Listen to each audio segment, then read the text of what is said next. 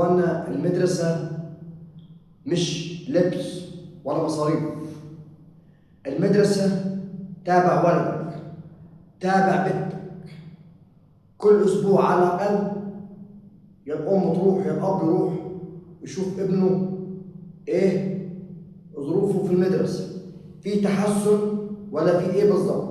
اروح اسال المدرس اني انا ايه ظروف احمد ناظر، ايه ظروف احمد يا استاذ، ايه الاخبار تمام، الواد ايه ظروفه، ايه التحسن بتاعه. مش مصاريف ولا لبس ولا نهار كله رايح جاي. يا فرحتي انا الواد يطلع من الصبح يرجع لي بعد الظهر، يا عالم بروح مدرسه ولا لا، وما يجيك جواب الانذار بتزعل. لا، انا من مبدئي اروح ايه اخبار الناظر، ايه الدنيا تمام، ايه اخبار الواد، هيقول لك والله الواد تحسن كذا كذا.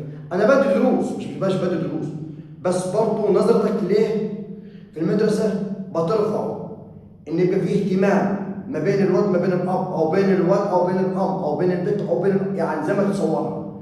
الواد كده هيفرح انك انت رايح بيه، يحس ان هو ليه اب وليه ام، مش النهار كله رايح جاي بالمدرسه جاي من المدرسه وادي مصاريف، ادي مصاريف بناء عليه. انا ما اعرفش ايه بيحصل في المدرسه. لازم يبقى نظرتك مع ابنك مع بنتك سواء امك او اي حد، لازم تبقى في نظره. اروح اشوف الواد ايه بيحصل معاه، في تحسن ولا لا، عشان ما حدش يقول لك ايه ليه الواد جايب اصفار. ما انت يا باشا انت ايه، المدرس بيدي، بس المدرس ليه بيجي حاضر قدامه. انا بأدي وبعلم باللي موجودين، يبقى انا اتابع ولدي.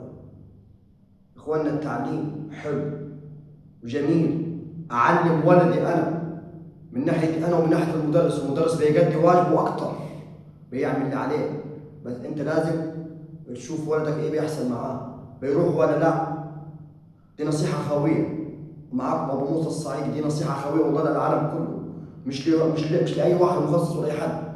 انا ابني بيروح بيتابع معاه وتمام تمام، بس برضه نظرتك انت احسن من اي حد. المدرس بيعلم الموجودين، انت يا عالم ولدك بيروح ولا لا. يا اخواننا التعليم حلو، حافظوا على اولادكم، حافظوا على بناتكم.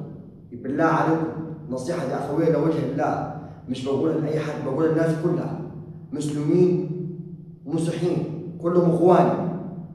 والسلام عليكم، وادعوا لنا بالستر. السلام عليكم.